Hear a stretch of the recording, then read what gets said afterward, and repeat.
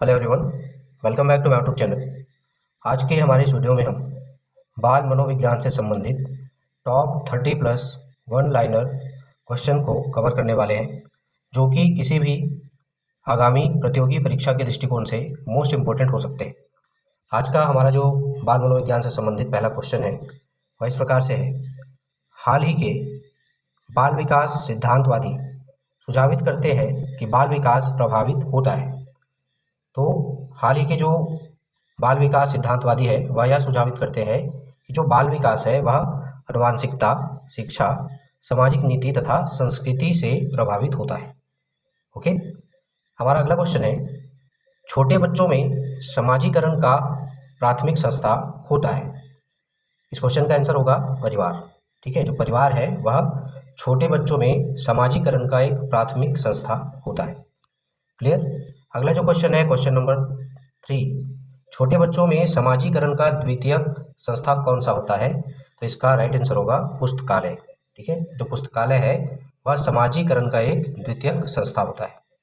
Okay, हमारा अगला question है क्वेश्चन नंबर 4, अधिकांश बच्चे किस अवस्था में बीते हुए समय, वर्तमान समय तथा भविष्य के बारे में स्पष्ट रूप से समझ बना लेते हैं?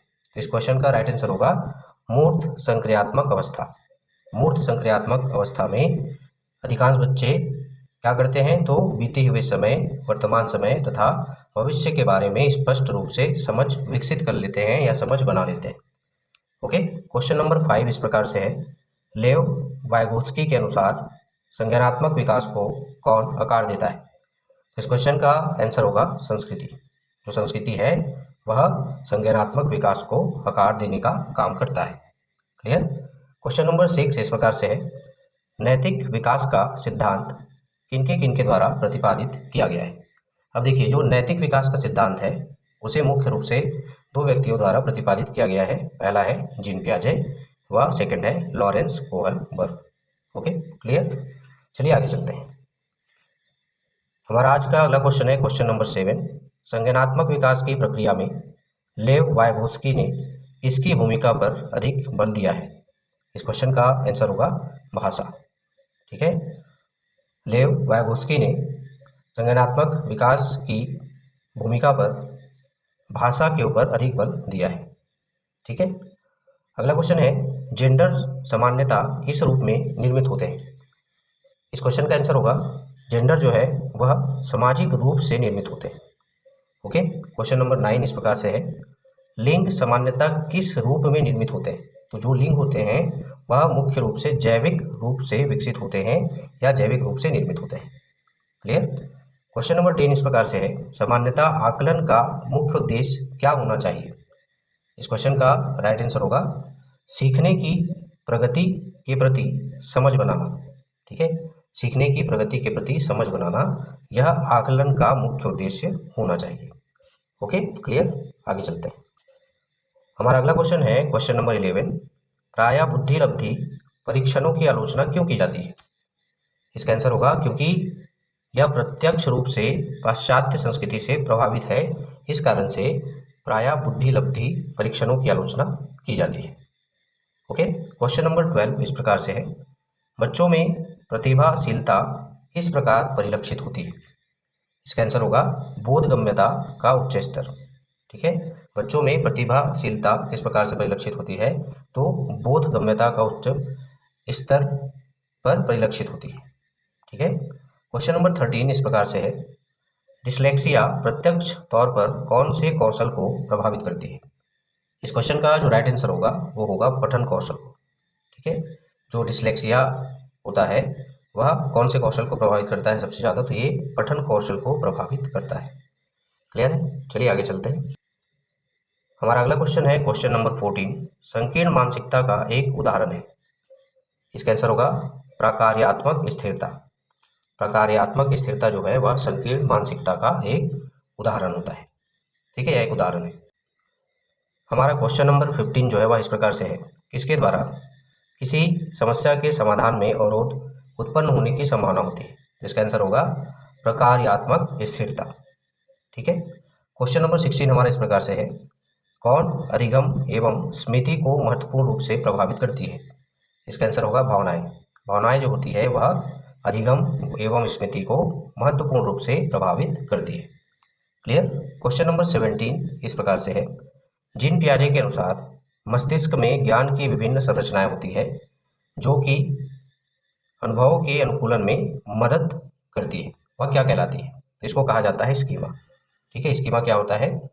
तो मस्तिष्क में ज्ञान की विभिन्न संरचनाएं होती है जो अनुभवों के अनुकूलन में क्या करती है? मदद करती है। उन्हें क्या कहा जाता है? तो स्कीमा कहा जाता है। ओके, चलिए आगे चलते हैं।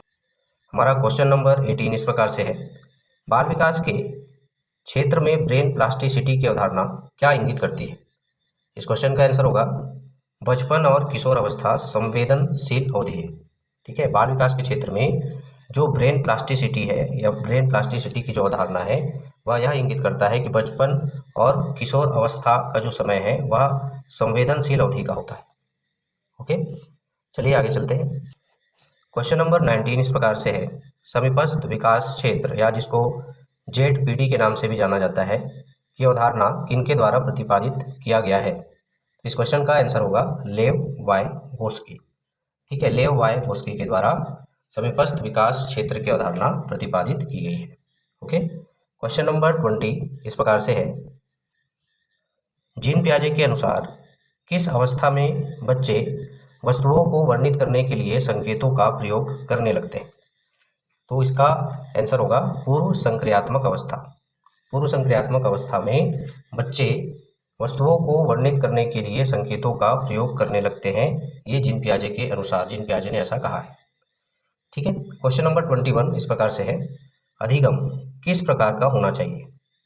इस क्वेश्चन का आंसर होगा अर्थपूर्ण और संदर्भित होना चाहिए। जो अधिगम है वह किस प्रकार का होना चाहिए? तो वह अर्थपूर्ण होना चाहिए, साथ ही साथ वह संदर्भित भी होना चाहिए। ओके, क्वेश्चन नंबर 22 इस प्रकार से है, समझने एवं दूसरों की भावनाओं से जुड़े होने से संबंधित है। इस क्वेश्चन का आंसर होगा इंटरपर्सनल। ठीक है, समझने एवं दूसरों की भावनाओं से जुड़े होने से संबंधित है। तो क्या संबंधित है? तो यह इंटरपर्सनल संबंधित है।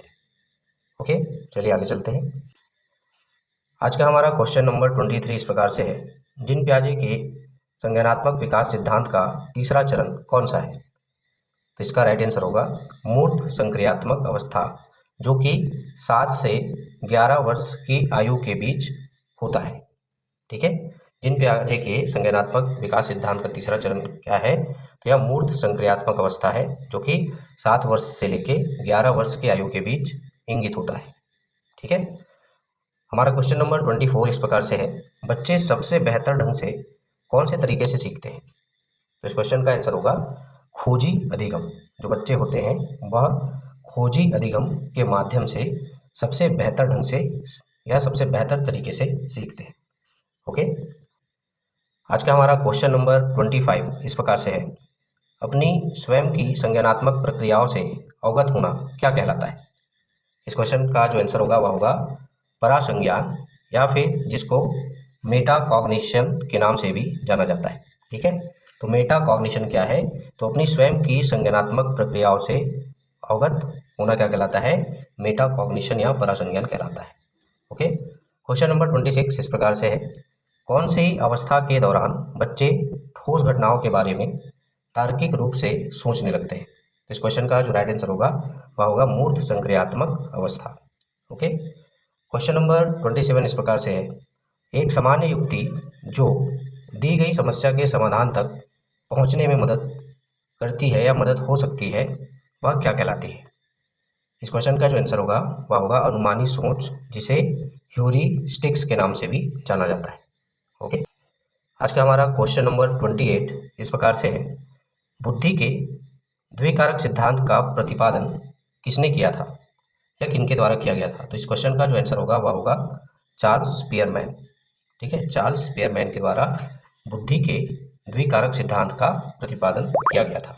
ओके, क्वेश्चन नंबर 29 इस प्रकार से है, सामान्य बुद्धि लब्धि वाला बालक किस बुद्धि लब्धि स्तर का होता है?